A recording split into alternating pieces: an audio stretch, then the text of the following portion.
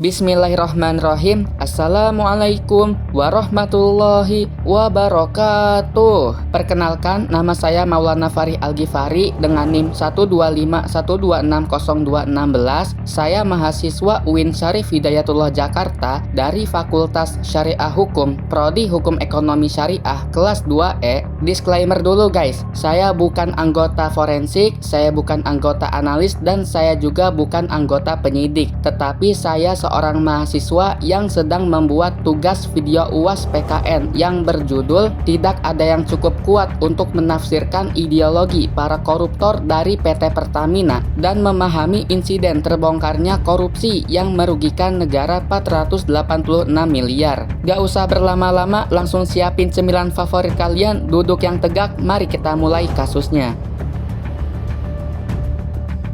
Kalau benar dugaan korupsi di lingkungan Pertamina terjadi seperti yang diungkap aparat penegak hukum, pertanyaan besarnya adalah ideologi seperti apa yang mungkin mendorong seseorang mengorbankan kepentingan negara demi keuntungan pribadi? Apakah ini sekadar soal kebutuhan ekonomi atau justru menunjukkan cara berpikir yang menempatkan kekuasaan dan uang di atas tanggung jawab publik? Pertanyaan ini penting karena korupsi bukan hanya pelanggaran hukum, tetapi juga mencerminkan cara pandang terhadap amanah, etika, dan kepentingan bersama. Dugaan kerugian negara yang mencapai ratusan miliar rupiah menunjukkan bahwa dampaknya dirasakan oleh masyarakat luas, sehingga persoalan ini layak dianalisis dari berbagai sudut pandang. Dari perspektif ideologi, dugaan perilaku tersebut dapat ditafsirkan sebagai bentuk materialisme dan pragmatisme yang berlebihan, yaitu ketika keberhasilan hanya diukur dari besarnya keuntungan, sementara nilai kejujuran, tanggung jawab, dan kepentingan publik dikesampingkan. Dalam pandangan filsuf Immanuel Kant, tindakan yang bermoral adalah tindakan yang menghormati kewajiban, bukan sekadar mengejar hasil yang menguntungkan. Jika seseorang menyalahgunakan jabatan demi kepentingan pribadi, maka ia memperlakukan orang lain hanya sebagai alat untuk mencapai tujuan.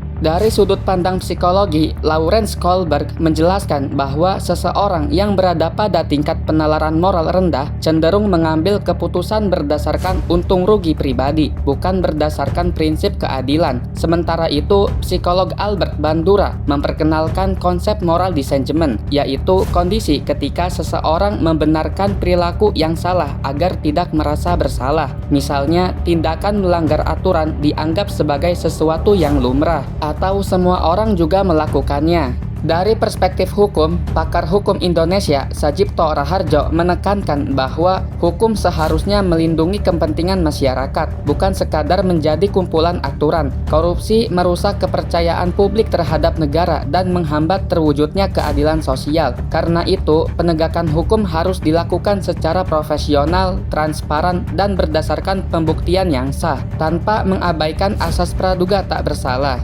Analisis ini bertujuan mengajak masyarakat memahami bahwa korupsi bukan hanya persoalan uang yang hilang, tetapi juga persoalan nilai dan karakter. Ketika jabatan dipandang sebagai kesempatan mencari keuntungan pribadi, maka pelayanan kepada masyarakat akan terabaikan. Sebaliknya, jika integritas, akuntabilitas, dan tanggung jawab dijadikan pedoman, kepercayaan publik terhadap institusi negara dapat dipulihkan. Karena itu, pemberantasan korupsi perlu disertai pendidikan etika, pengawasan yang kuat, serta budaya organisasi yang menghargai kejujuran. Kesimpulannya, ideologi yang dapat ditafsirkan dari dugaan kasus ini bukanlah ideologi politik tertentu, melainkan kecenderungan berpikir yang mengutamakan kepentingan pribadi di atas kepentingan bangsa. Tafsiran tersebut diperkuat melalui perspektif filsafat moral, psikologi, dan hukum, namun tetap tidak boleh dianggap sebagai vonis terhadap individu tertentu. Penilaian mengenai kesalahan pidana sepenuhnya menjadi kewenangan pengadilan berdasarkan fakta dan alat bukti yang sah. Dengan demikian, masyarakat yang dapat mengambil pelajaran bahwa integritas adalah fondasi utama dalam mengelola amanah publik.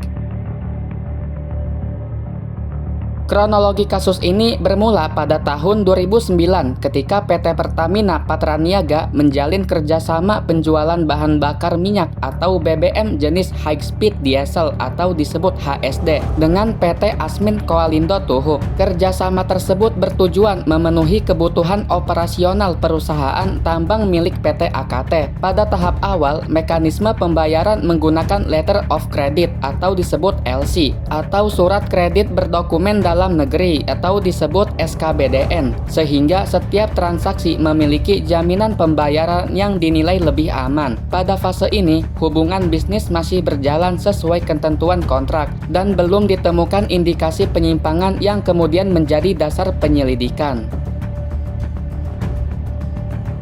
Meskipun PT Asmin Koalindo Tuhub telah mengalami tunggakan pembayaran, kerjasama tidak dihentikan. Berdasarkan hasil penyidikan yang diungkap dalam berita, justru dilakukan beberapa adendum atau perubahan terhadap perjanjian kerjasama. Melalui adendum tersebut, sejumlah ketentuan diubah, antara lain penambahan volume penjualan BBM, pemberian potongan harga atau diskon, penghapusan denda keterlambatan pembayaran, serta perubahan mekanisme pembayaran menjadi uang muka sebesar 25%. Perubahan inilah yang diduga memberikan keuntungan bagi pihak tertentu dan menjadi salah satu awal terjadinya kerugian keuangan negara.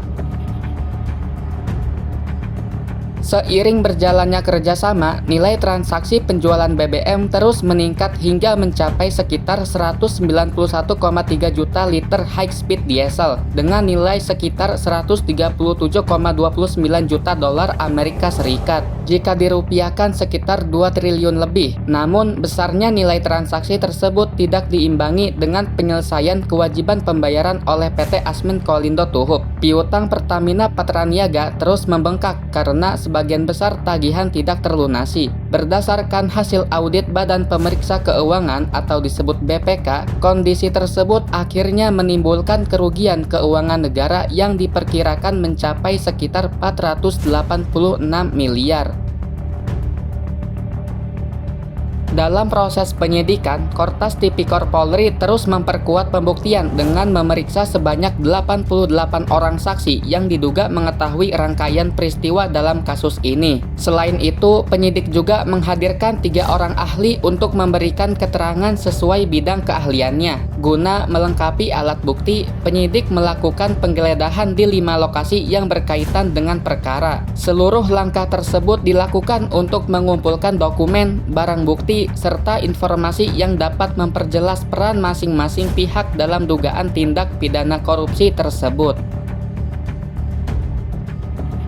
Setelah memperoleh alat bukti yang dinilai cukup, Kortas Tipikor Polri menetapkan 4 orang sebagai tersangka dalam kasus dugaan korupsi penjualan BBM ini. Keempatnya terdiri atas pejabat PT Pertamina Patraniaga dan pihak dari PT Asmin Koalindo Tuhub yang diduga memiliki peran dalam perubahan perjanjian serta proses penyaluran BBM. Penetapan tersangka dilakukan karena penyidik menilai telah terdapat bukti yang menunjukkan adanya dugaan penyalahgunaan kewenangan yang mengakibatkan kerugian keuangan negara. Selanjutnya, proses hukum dilanjutkan sesuai ketentuan peraturan perundang-undangan yang berlaku.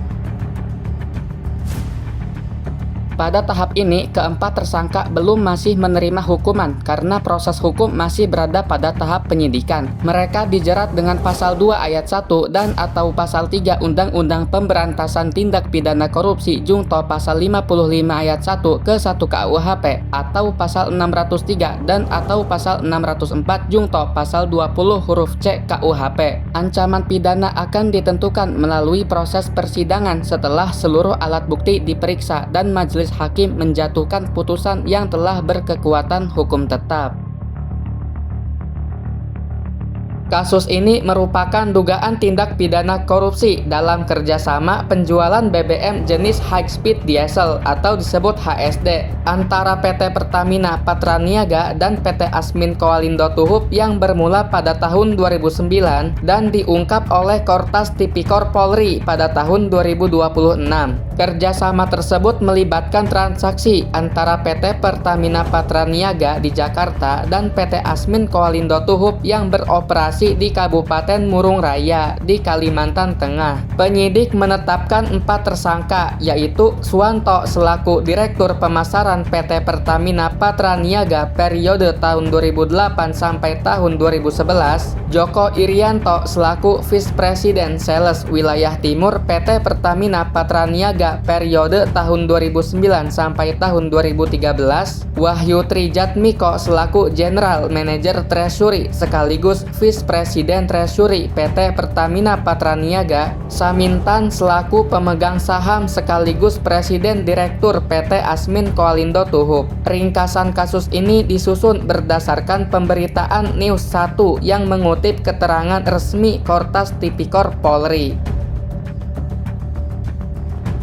Sebagai langkah pencegahan, perusahaan BUMN perlu memperkuat sistem pengawasan internal, menerapkan manajemen resiko yang lebih ketat, serta memastikan setiap perubahan perjanjian melalui proses evaluasi dan persetujuan yang transparan. Penagihan piutang juga harus dilakukan secara konsisten agar potensi kerugian dapat dicegah sejak dini. Di sisi lain, aparat penegak hukum perlu terus mengoptimalkan pemulihan aset dan menindak setiap pelanggaran secara profesional, transparan, serta akuntabel. Dengan langkah-langkah tersebut, tata kelola perusahaan dapat menjadi lebih baik dan keuangan negara lebih terlindungi dari praktik korupsi. Dari kasus ini, saya belajar bahwa integritas dan tanggung jawab merupakan nilai yang harus dijaga dalam setiap pengelolaan keuangan negara. Ketika pengawasan lemah dan kewenangan disalahgunakan, dampaknya tidak hanya merugikan perusahaan, tetapi juga masyarakat yang menjadi pemilik hak atas kekayaan negara. Karena itu, penegakan hukum yang profesional, transparan, dan akuntabel sangat penting agar kepercayaan publik tetap terjaga. Saya juga berharap proses hukum berjalan secara adil berdasarkan alat bukti, sekaligus mampu memulihkan kerugian negara dan mencegah terulangnya kasus serupa di masa mendatang. Sebagai penutup, apabila ada kata-kata yang salah, mohon kritik dan saran dari kalian semua karena itu penting banget agar saya bisa memperbaiki dan berkembang menjadi lebih baik. Terima kasih yang sudah menonton sampai akhir. Sekian dari saya. Wassalamualaikum warahmatullahi wabarakatuh.